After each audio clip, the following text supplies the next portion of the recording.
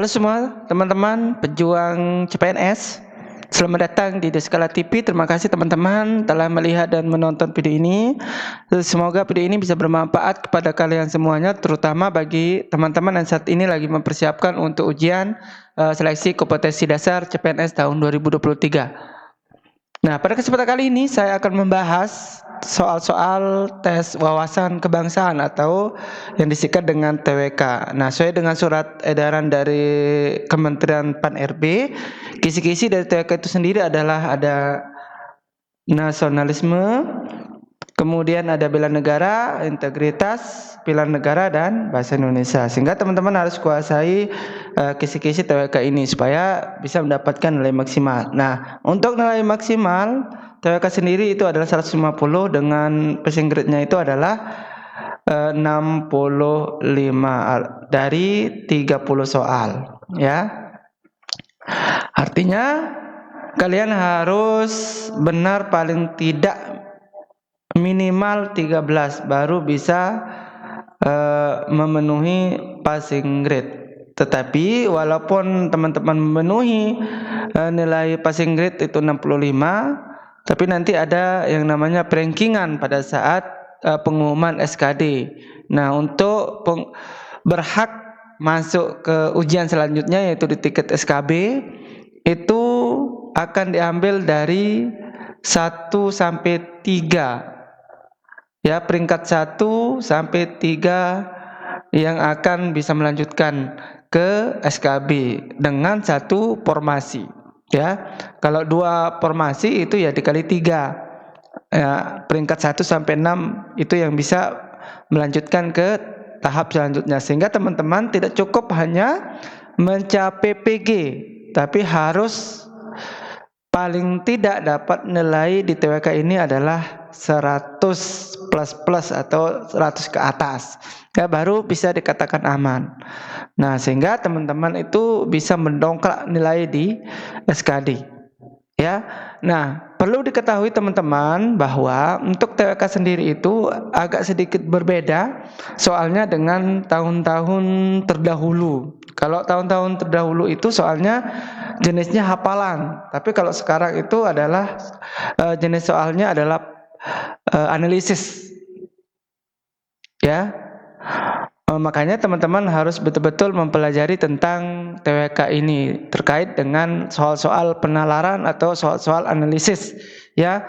Nah, pada kesempatan kali ini saya akan membahas soal-soal penalaran. Nah, bagaimana bentuk soalnya? Mari kita simak videonya.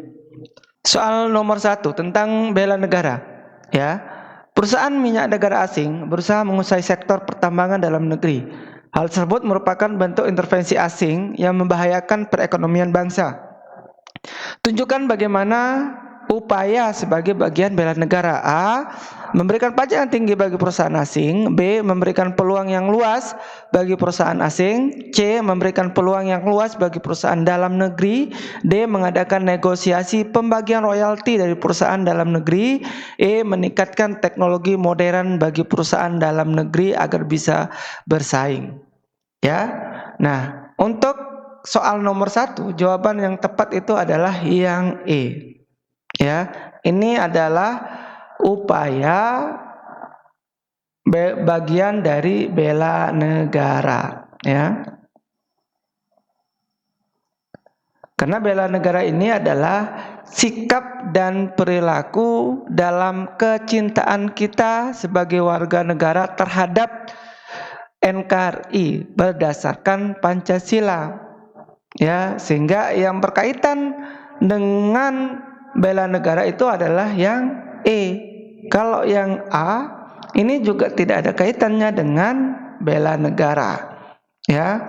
Kemudian B juga sama, C, D juga sama, tidak ada kaitannya dengan bela negara. Yang ada kaitannya bela negara adalah yang E, meningkatkan teknologi modern bagi perusahaan dalam negeri agar bisa bersaing, ya.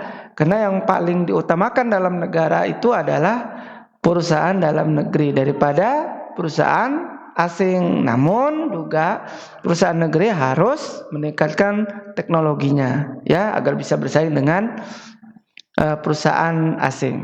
Ya, begitu teman-teman jawabannya. Kita lanjut ke soal nomor 2. Nomor 2 ini tentang pilar negara. Ya, pilar negara ini salah satunya adalah Pancasila, Undang-Undang Dasar. Ya, nah ini soal nomor 2 ini tentang Pancasila, nilai-nilai Pancasila. Nah, teman-teman harus bisa memahami tentang nilai-nilai Pancasila, mulai dari sila pertama sampai sila ke-5. Tapi intinya untuk nilai-nilai sila Pancasila itu ya, kalau sila pertama itu berkaitan dengan ketuhanan, ya apapun yang berkaitan dengan ketuhanan itu terkait dengan sila pertama. Kalau kedua tentang kemanusiaan, saling tolong menolong, ya membantu tetangga, ya. Nah itu termasuk dalam Pancasila, ya. Sila kedua. Yang ketiga tentang persatuan, yang keempat tentang demokrasi, musyawarah, ya pemilu itu termasuk sila keempat. Yang kelima itu nilai sosial, ya. Nah soal nomor 2. Kebakaran yang terjadi di kawasan Sapana Gunung Bromo beberapa waktu lalu menimbulkan luka dan kerugian yang mendalam di industri pariwisata dan ekonomi kreatif. Bahkan nilainya mencapai hingga puluhan miliar rupiah. Kebakaran Bromo ini terjadi karena ulah sekelompok orang yang melakukan pemotretan prawedding dengan menggunakan flare beberapa waktu lalu. Percikan flare yang tidak dapat dikendalikan oleh rombongan tersebut akhirnya meluas hingga lebih dari 900 hektar. Kebakaran ini menyebabkan kerugian negara yang memadamkan api, turunnya pendapatan pariwisata, serta kerugian lainnya yang dialami penduduk sekitar. Hal ini menyalahi sila ke ini termasuk merusak fasilitas umum. Artinya berkaitan dengan sosial. Sehingga sila Pancasila yang berkaitan dengan sosial itu adalah sila ke-5, ya. Jadi jawabannya di soal nomor 2 adalah sila ke-5 atau yang E, ya. Kalau yang satu sudah saya jelaskan bahwa ini berkaitan dengan ketuhanan, tidak ada kaitannya dengan ketuhanan. Kemudian ini kemanusiaan. Di sini juga tidak ada berkaitan dengan kemanusiaan. Nah, kalau ada korban jiwa karena terjadi kebakaran ini bisa jadi ini termasuk sila ke-2. Tapi berhubung ini tidak ada terkait dengan korban jiwa atau ada orang yang meninggal atau terluka, ini tidak ada kaitannya sila ke-2. Ini juga sama, tidak ada kaitannya nomor 3 tentang persatuan, ya, atau budaya, ini juga termasuk di sila ke-3. Kemudian yang keempat itu tentang demokrasi, ya, musyawarah. Di sini juga tidak ada kaitannya dengan demokrasi atau musyawarah. Yang ada kaitannya adalah ini berkaitan dengan sosial, kemudian merusak fasilitas umum, sehingga ini masuk ke sila ke-5, ya. Jadi jawaban nomor 2 ini adalah yang E. Ya, bisa dipahami teman-teman. Kita lanjut ke soal nomor 3. Soal ketiga ini tentang integritas, ya.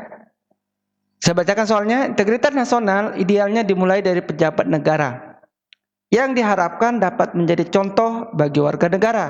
Namun, salah satu perilaku pejabat negara yang bertentangan dengan prinsip integritas ini adalah maraknya praktik korupsi. Komisi Pemberantasan Korupsi (KPK) yang berperan sebagai lembaga negara dengan kewenangan untuk menyelidiki kasus-kasus korupsi, kolusi, dan nepotisme telah berhasil mengungkap berbagai kasus korupsi dan menangkap pelakunya. Meski demikian, kasus korupsi masih terus terjadi hingga saat ini. Oleh karena itu, upaya yang tepat yang dapat dilakukan oleh masyarakat untuk menghentikan praktik kejahatan ini adalah A. Menjatuhkan sanksi berat terhadap terdakwa kasus korupsi sebagai upaya menegakkan hukum tanpa pandang bulu. B. Melakukan sosialisasi terkait tindak pidana korupsi dan dampaknya. C. Mengembangkan sikap sadar hukum dalam kehidupan mulai lingkungan kecil.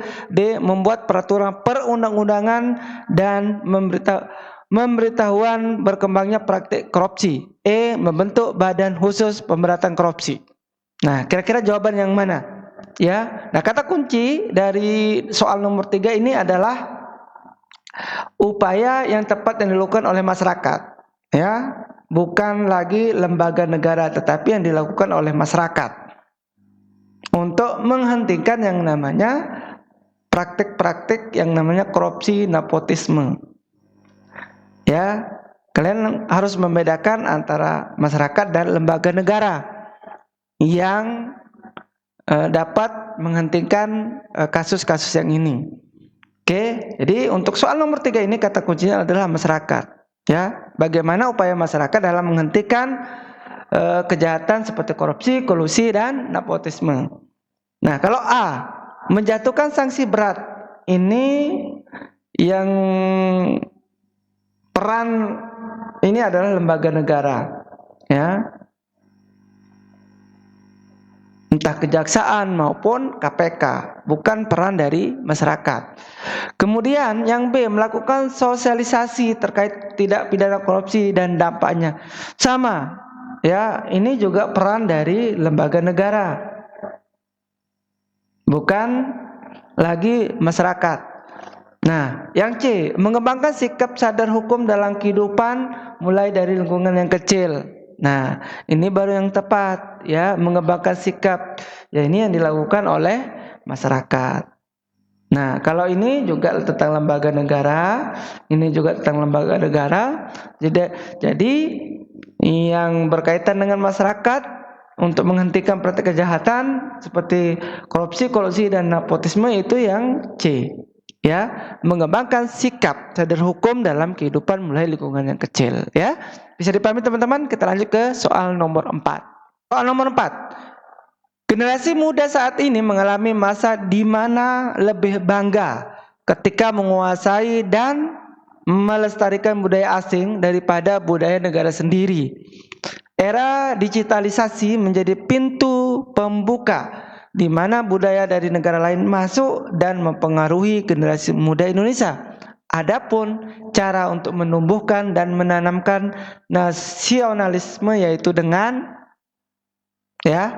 Nah, ini soal ini tentang studi kasus bahwa tentang anak muda yang lebih, ya, yang lebih senang, suka dengan budaya asing daripada budaya sendiri. Ya, nah ini yang melunturkan rasa nasionalisme, rasa cinta kepada bangsa dan negara. Nah, pertanyaannya yaitu adapun cara untuk menumbuhkan dan menanamkan nasionalisme, ya, supaya tidak tergerus dengan budaya asing. A, melatih kemampuan dalam penguasaan teknologi supaya tidak ketinggalan zaman.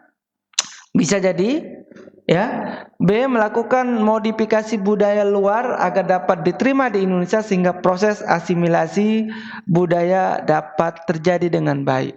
Nah, kalau kita memodifikasi atau menggabungkan budaya luar dan budaya dalam negeri atau budaya kita, maka itu nanti takutnya akan berdampak tidak baik bagi budaya kita, ya, sehingga B ini bukan jawaban yang tepat, ya. C, membuka pandangan generasi muda akan perkembangan budaya di dunia dan mengadaptasi budaya luar yang baik untuk diterapkan di Indonesia. Nah, ini juga hal yang negatif, ya, mengadaptasi budaya luar yang baik untuk diterapkan Indonesia, ini dampak negatif. Kalau hal seperti itu dilakukan, maka justru ini akan berdampak pada budaya kita, akan luntur, akan dilupakan budaya kita. Ya. D, memperkenalkan keragaman dan melestarikan budaya bangsa Indonesia kepada generasi muda sejak dini, mulai berbagi media pembelajaran terkini. Nah, ini adalah jawaban yang paling tepat, ya, jawaban yang D. Kalau mengenal tokoh-tokoh ini tidak ada kaitan dengan nasionalisme, ya. Jadi untuk nomor 4 ini jawaban yang tepat itu adalah yang D. Ya, bisa dipahami teman-teman. Kita lanjut ke soal nomor terakhir, yaitu nomor 5. Ini tentang bahasa Indonesia, soal nomor 5, ya. tentang penggunaan ejaan yang tidak tepat pada teks yang ini, ya. Nah, coba kita pahami dulu kalimat per kalimat, tanda baca itu kita lihat juga mana ejaan yang tidak tepat, ya. Kalau nomor 1, harga gula pasir di sejumlah daerah terus meningkat. Nah, ini kata penghubung di ini sudah tepat, ya, harus dipisah. Jadi ini bukan jawaban yang benar, ya. Yang dicari adalah yang tidak tepat. Nah, kemudian kita beralih ke 3. Padahal, nah, ini tanda bacaan adalah koma, ya, harus berhenti sejenak. Harga komoditas pemanis itu sempat turun, titik. Ya, ini juga sudah tepat, ya. Penggunaan ejaan sudah tepat. 4, pertengahan bulan lalu harganya 14.000 per kilogram. Nah, nomor 4 dan nomor 2 ini perbedaannya ini yang ini, ya. Menggunakan tanda baca di rupiah ini. Apakah menggunakan tanda baca atau tidak? Ya, yang seharusnya itu adalah tidak menggunakan tanda baca. Kalau menggunakan tanda baca itu ejaan tidak tepat, ya. Sehingga di soal nomor 5 ini jawabannya itu adalah yang 2 karena ini menggunakan titik. Ya, seharusnya tidak menggunakan tanda baca titik. Sehingga sesuai dengan soalnya, ya, di nomor 5 ini jawabannya adalah yang B, ya. Bisa dipahami teman-teman? Nah, itu adalah soal terakhir, ya, untuk video kali ini. Sekali lagi terima kasih.